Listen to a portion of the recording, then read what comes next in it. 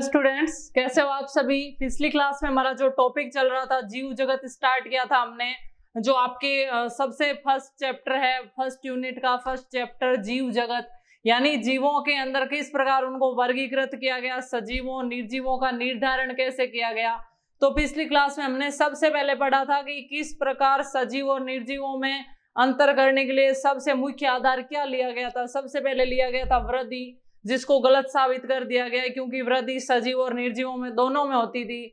फिर लिया गया जनन की, जनन निर्जीवों में नहीं होता है, सजीवों होता है, लेकिन सब सजीवों में जनन नहीं होता है। खच्चर, कामगार, मधुमक्खी और अनुर्वर, मानव युगल, ये ऐसे सजीव है जिनमें जनन नहीं होता है। तो अगर जनन इनका सजीवों का लक्षण होता तो सब सजीवों में होना चाहिए था, लेकिन ये तीन है वो अपवाद है, इसलिए जनन को भी सजीवों का अभिलाक्षणिक गुण नहीं माना गया। फिर हमने देखा उपापचय दर, वो सही था कि सजीवों में उपापचय होता है जबकि निर्जीवों में उपापचय नहीं होता है।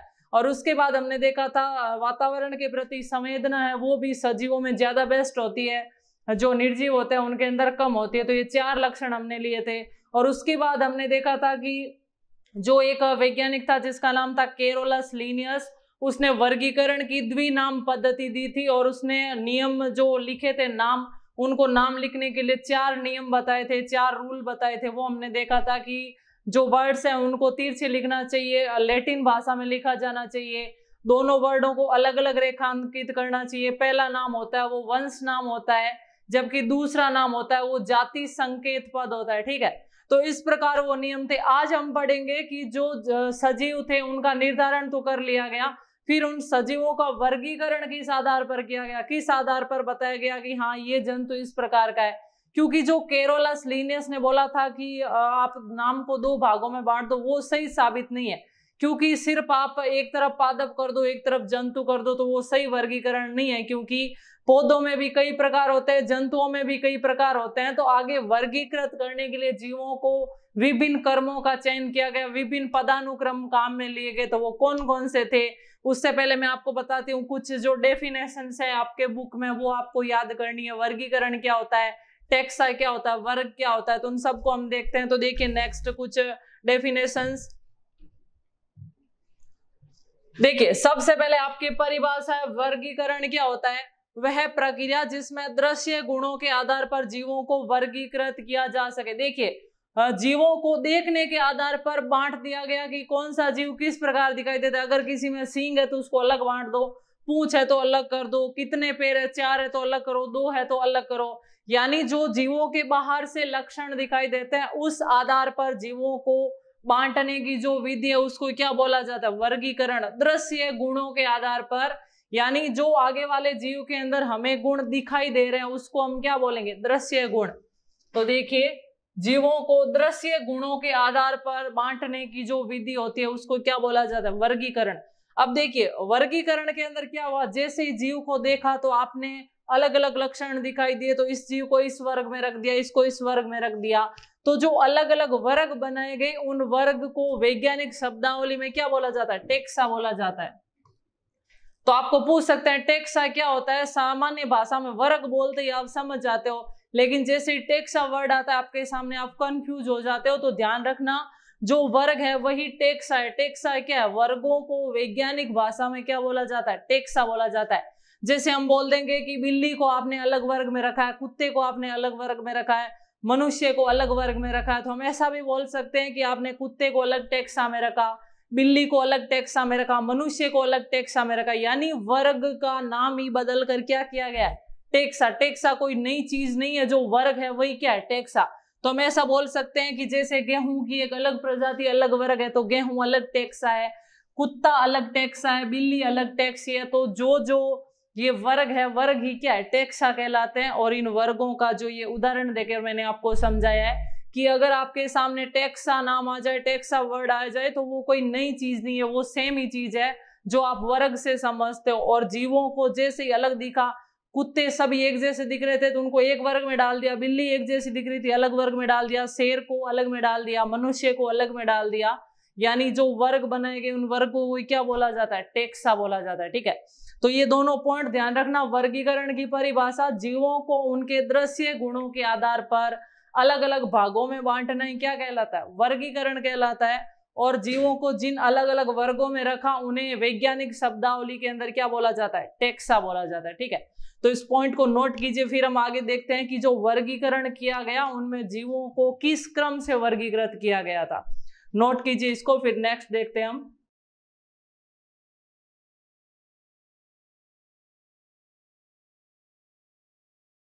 तो स्टूडेंट्स यहां तक हमने कुछ डेफिनेशन देखी। अब हम देखते हैं कि जो जीवों का वर्गीकरण किया गया उसका क्रम क्या था, उसको वर्गीकरण का पदानुक्रम बोलते हैं, वो क्रम क्या था। तो देखिए नेक्स्ट, जीवों को जो अलग अलग भागों में बांटा गया वो इस क्रम से बांटा गया कि जो सब एक जाति के हैं उनको अलग वर्ग में रख दो। फिर जाति से ऊपर आया वंश, फिर वंश से कुल, कुल से गण, गण से वर्ग, वर्ग से संघ और संघ से जगत। यानी इस प्रकार ये वर्गों का पदानुक्रम था। जाति से वंश, वंश से कुल, कुल से गण, गण से वर्ग, वर्ग से संघ और संघ से जगत। Species, genus, family, order, class, phylum और किंगडम, इनमें जो जाति के जंतु थे ना उनमें ज्यादा आपस में क्या थी? समानता थी। यानी सबसे ज्यादा समानता, सर्वाधिक समानता। और जैसे जैसे आप जाति से जगत की तरफ जाओगे ना तो जीवों के अंदर समानता घटती जाएगी, विभिन्नताएं हैं वो बढ़ती जाएगी।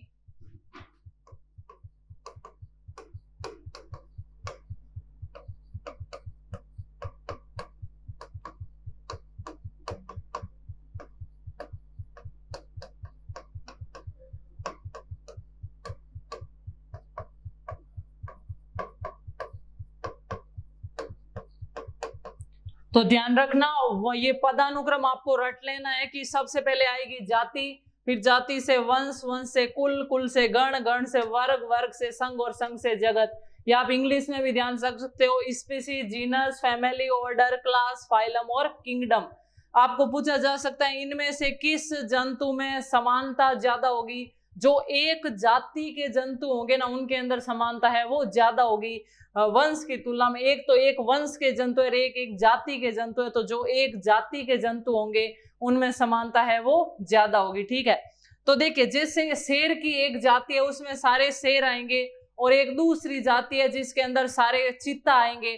तो इन जाति के अंदर जो एक जाति के शेर है उनमें आपस में ज्यादा क्या होगी? समानता होगी। लेकिन जो शेर और बाघ है उनका फिर वंश है वो अलग हो जाएगा। तो जो समानता दो शेर में, क्या वो एक शेर और बाघ में हो सकती है? बिल्कुल नहीं हो सकती, क्योंकि दोनों शेर तो एक ही जाति के हैं, जबकि बाघ और शेर है उनके दो अलग वंश आ गए हैं। तो समानता ज्यादा किस में होती है? एक जाति के जंतुओं में समानता ज्यादा होती है, उसकी तुलना में वंश की जो समानता होती है जंतुओं में वो कम होती है। और वंश की तुलना में कुल के जंतुओं में और भी समानता कम होगी, उनमें विभिन्नता है वो कम होगी। यानी एक जाति के जंतुओं में जितनी समानता होती है उतनी वंश में नहीं हो सकती, और एक वंश के जंतुओं में जितनी समानता होती है उतनी कुल के जंतुओं में आपस में समानता नहीं हो सकती। यानी जैसे जैसे आप जाति से जगत की ओर जाओगे उनके जंतुओं की समानता है वो कम होती जाएगी और विभिन्नता है वो बढ़ती जाएगी। ठीक है स्टूडेंट्स, तो इसको आप नोट कर लीजिए। फिर हम आगे देखते हैं कि जो ये जीवों का वर्गीकरण किया जाता है, पौधों को, जंतुओं को लाया जाता है, उनको रखने के लिए कुछ स्थान होते हैं, वो क्या क्या होते हैं, किस आधार पर उनमें रखा जाता है, वो सब हम पढ़ेंगे। तो पहले आप ये पदानुक्रम को नोट कर लीजिए।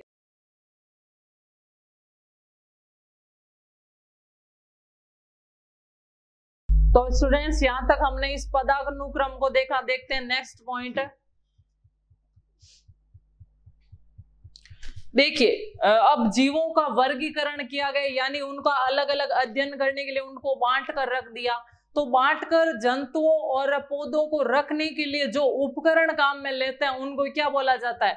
वर्गी की सहायता साधन। यानी जैसे हम देखते हैं जंतुओं को किस में रखते हैं? जू में रखते हैं, चिड़ियाघर में रखते हैं, और पादप होते हैं उनका अलग बोटनिकल गार्डन होता है, वानस्पतिक उद्यान होता है। जो छोटे पौधे होते हैं उनको सुरक्षित करके सुखाकर हर्बेरियम में रखा जाता है, और जो छोटे जीव जंतु हैं उनको एक जार में डालकर एक द्रव के अंदर है वो संग्रहालयों में रखा जाता है, म्यूजियम में रखा जाता है। ठीक है, तो इस आधार पर जंतुओं का, पौधों का अध्ययन करने के लिए उनको अलग अलग स्थान पर रखना, वो स्थान क्या कहलाता है? वर्गीकी सहायता साधन। और उसमें सबसे पहले आपके नाम आता है हर्बेरियम। तो देखिए हर्बेरियम क्या होता है?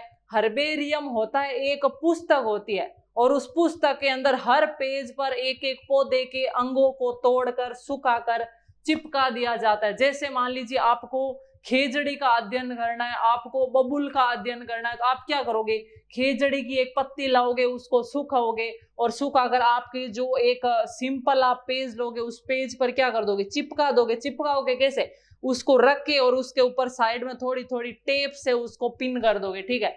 और यदि आपको जैसे कोई पत्ती लेनी है बड़ी, जैसे सूरजमुखी का फूल लेना है, आपको उसकी स्टडी करनी है, तो आप क्या करोगे? नीचे उसके लक्षण और सारे लिखोगे, लेकिन उस फूल को ऊपर क्या करोगे? आप सुखा दोगे, और सुखाकर फिर उस कागज पर आप चिपका दोगे। और चिपकाओगे कैसे? टेप की सहायता से ले, और फिर उसके साइड में आप लेबलिंग कर दोगे, यानी एक ऐसा कागज उसके साइड में और या कॉर्नर बना के लिख देंगे, उसमें हम लिख देंगे कि ये सूरजमुखी का पौधा है, इसका ये जाति है, ये वंश है, ये कुल है, ये सब लिख देंगे। इसको एकत्रित इस टाइम किया गया, यहाँ से एकत्रित किया गया, इस व्यक्ति ने इसको एकत्रित किया। तो वो सब लेबलिंग जिस पुस्तक के अंदर की जाती है, यानी हर पेज पर उसके एक नए पौधे का गुण होता है, एक नए पौधे की पहचान होती है। हर पेज पर एक एक पौधे की अलग अलग पत्तियां, या आप तना, या आप फूल कुछ भी लगा सकते हो। तो उस पुस्तक को क्या बोला जाता है? हर्बेरियम बोला जाता है। तो इसकी परिभाषा देखिए, वनस्पति संग्रहालयों में, यानी जहां पर सिर्फ प्लांट्स का स्टोरेज होता है, उन संग्रहालयों के अंदर क्या होती है? हर्बेरियम होती है। और आप जब प्रैक्टिकल करोगे तो भी आपको हर्बेरियम बनाने के लिए दी जाएगी, आपके एग्जाम में भी आएगा कि हर्बेरियम सीट बनाइए, या अगर आपको अभी नहीं तो 12th के अंदर दी जाएगी, उसके अंदर फिर आप क्या करोगे? आपको बोल दिया आपके जो जो सिलेबस के अंदर प्लांट्स है, आपको उनकी पत्ती को लाना पड़ेगा, और पत्ती को लाके आपको क्या करेगा? पेज पे चिपकाना पड़ेगा, लेबलिंग करनी पड़ेगी, सारे वो प्रोसेस करने पड़ेंगे जो अभी हम पढ़ रहे हैं, ठीक है। तो देखिए इसमें क्या लिखा हुआ है? वनस्पति संग्रहालय में पौधों के एकत्रित नमूनों को, जो आप पौधे चुनकर लेकर आए हो, उनको कागज की शीट पर सुखाकर, दबाकर क्या किया जाता है? परिरक्षित किया जाता है। पहले तो सुखाओ, क्योंकि अगर वो सूखा हुआ नहीं है, गीला है, तो उससे पेज खराब हो जाएगा, सही स्पष्ट भी नहीं दिखाई देगा।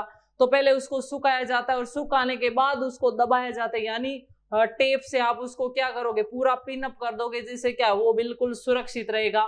तो वो सीट क्या कहलाती है? हर्बेरियम कहलाती है, ठीक है। तो इस परिभाषा को नोट कीजिए। फिर मैं आपको डायग्राम से बताती हूँ कि जो हर्बेरियम सीट है वो किस प्रकार दिखाई देती है, और उसमें लेबलिंग में किस किस के नाम होते हैं, वो इंपॉर्टेंट है आपके। तो पहले इसको आप नोट कीजिए।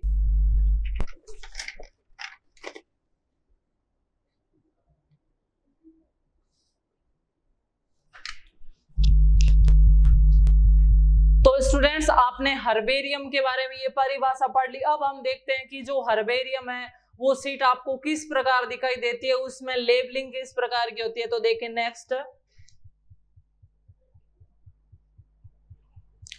देखिए आपके सामने ये हर्बेरियम सीट का एक डायग्राम है। मान लीजिए आपको कोई एक पत्ती लाने को बोला, आपको बोला कि सूरजमुखी पौधे की पत्ती का आपको हर्बेरियम बना, तो आप क्या करोगे? सूरजमुखी पौधे की पत्ती लेकर आओगे, उस पत्ती को आपने सुखा लिया, और सुखाकर ये जो आपकी बुक का पेज है, उसके अंदर जो भी आपकी सीट है, सिंपल पेज की जो सीट है, उस पर आपने क्या किया? इस पत्ती को चिपका दिया। और चिपकाने के लिए आपने किसका उपयोग किया? आपने टेप का उपयोग किया। आप टेप के क्या करोगे? छोटे छोटे टुकड़े काटोगे, और उससे इस पत्ती को पूरी को पिन अप कर दोगे, यानी चारों तरफ से इसके छोटी छोटी, जैसे देखिए रेड कलर में जो आपको दिखाई दे रही है, ये क्या है? ये जो टेप है उसके छोटे टुकड़े हैं, जिसके द्वारा पत्ती को है वो सुरक्षित किया गया है। इस टेप के द्वारा देखिए पूरी इसकी जो चारों ओर से इसको कवर कर लिया गया, ताकि ये पत्ती है वो पेज को जैसे ही आप इधर से उधर मोड़ोगे तो ये पत्ती निकल ना जाए। इसलिए इसके देखिए ये जो डंठल है पत्ती का, तो देखिए ये जो पत्ती है इसको भी आप क्या करोगे? टेप लगाकर है वो चिपका दोगे। उस प्रकार चारों तरफ से पूरी पत्ती को हम क्या करेंगे? टेप लगाकर चिपका देंगे। और पहले सुखाई हुई है तो सुखाई हुई है, और फिर हम उसको क्या करेंगे? बिल्कुल पूरी है वो चिपका देंगे, ठीक है। तो इस प्रकार इस सिंपल पेज पर इस पत्ती को चिपकाया हुआ है, और इस पत्ती सीट को हम क्या बोलेंगे? Herbarium seat. तो देखिए इसको फिर मैं दूसरे और पॉइंट देखते हैं हम। तो देखिए और पॉइंट क्या है कि ये जो सुखाई हुई पत्ती है ये टेप से चिपकाई हुई पत्ती है। अब इसके कॉर्नर पर एक लेबल लगा दिया जाता है, एक छोटा अलग रंग का टुकड़ा कागज का वो चिपका देंगे हम, या यहीं पे कॉर्नर बना के उस पर इसकी जो पत्ती है इसकी पूरी सूचना लिखी जाएगी। अब देखिए यही इंपॉर्टेंट पॉइंट बनता है और एनसीईआरटी के लाइन एज इट इज आपके नीट एग्जाम 2013 के अंदर आई थी आपके, इसमें जो ये पॉइंट है इनको पूछा गया था, क्योंकि अगर आपने सीधा बिना ध्यान लगाए रट लिया तो वो आपके आंसर गलत हो जाएगा। देखिए इसमें पहला ऑप्शन क्या है, पौधे को एकत्रित करने की तिथि लिखी जाती है कि किस दिन इस पौधे को आप लेकर आए और किस दिन आपने इसको चिपकाया, वो यहाँ पर तिथि लिखी जाती है, पहला पॉइंट। दूसरा पॉइंट, किस स्थान से आप इस पौधे को लेकर आए, वो भी लिख दिया, किस स्थान से लेकर आए, किस तारीख को लेकर आए, वो दोनों पॉइंट आपने यहाँ लिख दिए। यहाँ पर लिख दिया पहला पॉइंट पौधे को एकत्रित करने की तिथि, और दूसरा पॉइंट यहाँ पर लिख दिया पौधे को एकत्रित करने की तारीख, और फिर स्थान, पहले लिख दिया आपने तारीख और तिथि और दूसरी में आपने लिख दिया स्थान। फिर तीसरा पॉइंट आता है इस पौधे का इंग्लिश नाम, स्थानीय नाम और वैज्ञानिक नाम, यानी जो आप इस पौधे की पत्ती लेकर आए हो इस पौधे का इंग्लिश में नाम क्या है और इसका स्थानीय नाम क्या है। यानी हम देखते हैं कि कुछ पौधों को हम वैज्ञानिक भाषा में अलग बोलते हैं, उनका इंग्लिश नाम अलग होता है, लेकिन जिस स्थान पर वो उगते हैं वहां पर उनका अलग नाम लिया जाता है कि नहीं है। हर पौधे का अपना स्थानीय नाम अलग होता है, उसको स्थानीय नाम है, जैसे खेजड़ी होता है उसका इंग्लिश नाम अलग है, वैज्ञानिक नाम अलग है। जो इस स्थान पर मरुस्थल में खेजड़ी उगती है वहां पर लोग इसको अलग नाम से बोलते हैं, तो वो तीनों नाम लिखने। अब यहाँ पर क्वेश्चन क्या आ गया कि पौधे का नाम लिखा होना चाहिए इंग्लिश, स्थानीय, वैज्ञानिक, उसने स्थानीय की जगह कर दिया हिंदी या उसने इंग्लिश की जगह कर दिया हिंदी। अगर आपने ध्यान से नहीं पढ़ा हो तो वो आंसर आपकी क्या है, गलत हो जाएगा। तो ध्यान रखना हिंदी नाम नहीं लिखा जाता है, पौधे का इंग्लिश नाम, स्थानीय नाम और कौन सा नाम लिखा जाता है, वैज्ञानिक नाम लिखा जाता है, ठीक है। फिर चौथा है कि पौधे का कुल क्या है, ना तो जाति लिखा जाता है ना वंश लिखा जाता है, पौधे का क्या लिखा जाता है, कुल। और यही नीट के अंदर आपके क्वेश्चन था कि हर्बेरियम सीट में जो पौधा एकत्रित किया जाता है उसके निम्न का नाम लिखा जाता है, और ऑप्शन से जाति, वंश, कुल या वर्ग।